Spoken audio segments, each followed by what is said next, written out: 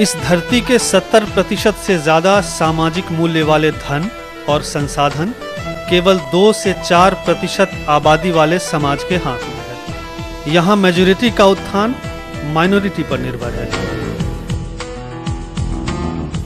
वैसे तो हर उद्यम सामाजिक ही है, लेकिन इस दुनिया के सामाजिक विभाजन के मद्देनजर अलग अलग परिस्थिति वाले समाज के उपयुक्त उद्यम का विकास चक्र निरंतर चलता रहता है।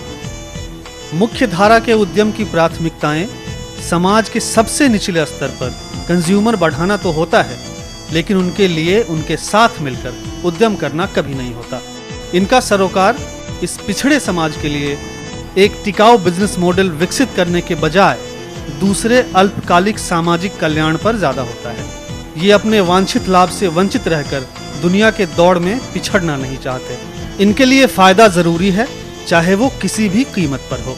दूसरी तरफ सामाजिक उद्यमी एक उद्यम को बड़ा मकसद देने की कोशिश करते हैं और इस प्रैक्टिस से उगाई गई कीमत उन लोगों के साथ शेयर करते हैं जिनके सहारे इनका उद्यम चलता है। इस तरह के उद्यम के आउटपुट में हर उस व्यक्ति का एक स्थान होता है जो किसी न किसी रूप में इनसे जुड़े होते हैं। बिहार के अनेकों युवा आज अपने उसी समाज को आगे ले जाने को कटिबद्ध हैं, जहां से उन्हें अपनी जिंदगी की पहली रोशनी मिली और आज उद्यम में उन्हें अपने पिछड़े समाज को आगे ले जाने का रास्ता दिखा है, या यूं कहें कि इस सेवा में इन्होंने खुद ही रास्ता तलाश किया है। ये एक ऐसी शुरुआत है जो उस उद्यमी के अंदर अपने लोगों और समाज के प्रति उत्तरदायित्व को प्रदर्शित करता है, जिसके पीछे समाज को बदल डालने की तीव्र इच्छा शक्ति काम कर रही होती है। ग्रामीण संसाधनों का उपयोग और उस संसाधन से सीधे तौर पर जुड़े लोगों के विकास का संकल्प उद्यमियों के लिए अगर मूल मंत्र बन जाए तो बिहार के गांवों में व्याप्त बेरोजगारी और पलायन को बहुत हद तक कम किया जा सकता है। दरवाजे तक रोजगार पहुंचाकर महिला सशक्तिकरण में एक महत्वपूर्ण भूमिका निभा रहे हैं ये उद्यमी। सोसाइटी के मैक्सिमम स्टेक होल्डर को हम जिसमें एक साथ ला सकें वो सामाजिक उद्यम है। हफ्ता में कम से कम 1000 टका। ये सब जमीन में उपजाऊ होगा, बहुत ज्यादा एक फसल होगा, बरसात होगा। राहर अरहर जिसको बोलते हैं और गेहूं बाजरा, वो छोड़ के इसमें दूसरा कोई चीज नहीं। एक बार लगाने के बाद ढंग का जमीन ये सब रहेगा ना तो 50 साल।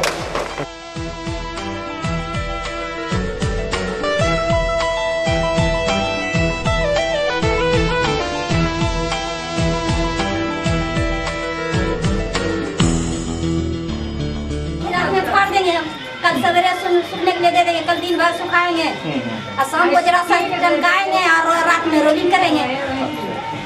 दिन भर सुखाते हैं, रात में रोलिंग करते हैं।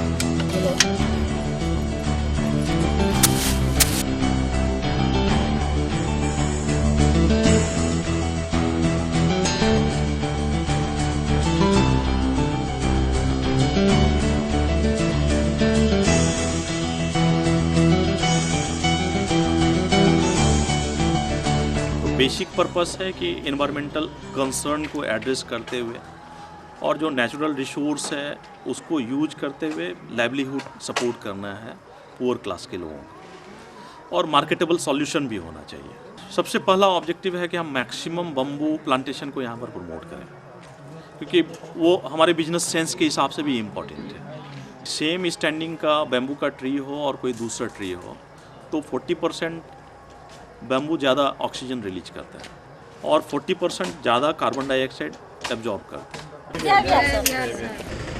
पहले तो पैसा जिम्मा में नहीं रहता था, अब रहता है। बचत भी करते हैं, बचत भी 10 महीना में जो 4 बार जो बचत करते हैं तो बचते ना हुआ सर। पहले किसी से कर्जा लेना पड़ता था, अब लेना भी पड़ता है तो अपने ग्रुप से लेते लेना देना कर। हमारा फोकस सिर्फ ये नहीं कि आपने पैसा लिया और हमको पैसा वापस कर दो। आवर फोकस इज कि अल्टीमेटली आपको गेन क्या हुआ, आप कितना डेवलप कर पाई अपने पोजीशन को। अपने जो आपका अगर घर में बच्चा था तो अगर हमसे जुड़ने के पहले वो पढ़ नहीं पा रहा था तो क्या जो पढ़ने जा पा रहा है, that is the thing we are looking for. सिर्फ ये नहीं कि प्रॉफिट आया कि नहीं, हम ये भी देखना चाहते हैं कि आपके घर में चेंज आया कि नहीं आया। जो सोशल एंटरप्राइज का एक बेसिक मकसद है कि जो आपका प्रॉफिट है वो आपको गरीबों के बीच में जाना चाहिए। वो 2-3 तरीके से हो सकता है कि आप प्रॉफिट कमा के उनको बांट दो चैरिटी के रूप में, या उनका वेज कंपोनेंट बढ़ा दो। जनरली क्या होता है कि कोई भी बिजनेस या ट्रेड होता है तो वो एक्सप्लॉइटेटिव इस कारण हो जाता है कि they try to cut the cost very ruthlessly, और वो मार्केट में कम्पीट करने के लिए हाई कॉस्ट नहीं कमांड कर पाते हैं।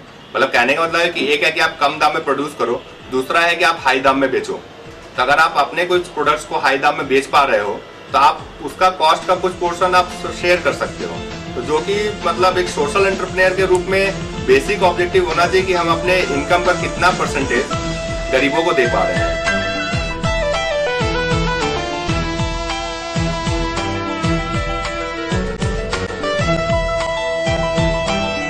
आज बिहार की युवा शक्तियां सामाजिक उद्यमिता को अपने और प्रदेश के लोगों की उन्नति के लिए एक बेहतर विकल्प के रूप में न सिर्फ देख रही है, बल्कि टॉप मैनेजमेंट स्कूल से पढ़ने के बाद वापस अपने राज्य आकर अपने स्किल्स का उपयोग सामाजिक परिवर्तन के लिए कर रही है। ये अपने आप में राज्य के हित में एक बड़ा उद्घोष है। इससे ये प्रतीत होता है कि आज जिस खास मकसद और दृढ़ निश्चय की बिहार को जरूरत है वो पूरी हो सकती है और हो रही है। बिहार में उद्यमिता तभी शुरुआत के लिए जब आपका दिल बिहार के लिए धड़कता है। इस तरीका से सोचें कि जिसका मूल मंत्र से समाधान हो। If you can feel the problem, solutions abound. गिरते हैं शहसवार मैदान जंग में, तो तिफल क्या गिरे जो घुटनों के बल चले। Let 100 flowers bloom. हमारा ये प्रयास होना चाहिए, एक लीडर कम से कम 100 लीडर को खड़ा करे। आपके अंदर भूख होनी चाहिए। ऐसे वर्ग हैं जिनके पास 2 समय का खाना नहीं है, भूखे मर रहे हैं, सैकड़ों किसान आत्महत्या कर रहे हैं। आप एक बार उनकी समस्याओं पर सोचें तो आपके पास वो ऊर्जा अंदर से आ जाएगी। ये समझता हूँ कि अगर प्रॉब्लम को आप सॉल्व करो, that is a business idea. बहुत ज़्यादा अपॉर्चुनिटी है, ये आप पे डिपेंड करता है कि इन अपॉर्चुनिटीज़ को आप किस तरीके से ग्रैब कर सकते हैं। केवल सरकार कुछ नहीं कर सकती है, आप सामाजिक तौर पर भी जरूरत आप लोगों के आपका भी साथ चाहिए, और आप अपने मेधा से अपने मेरिट से बदलिए। जितने भी ऐसे लोग हैं जो या तो सोच रहे हैं कि हम क्या करें या कैसे करें, मैं उनको बस यही मैसेज देना चाहूँगा कि जब तक आप नदी में उतरिएगा नहीं, जब तक आप नदी में घुसिएगा नहीं, तब तक आप उसको पार नहीं कर सकते।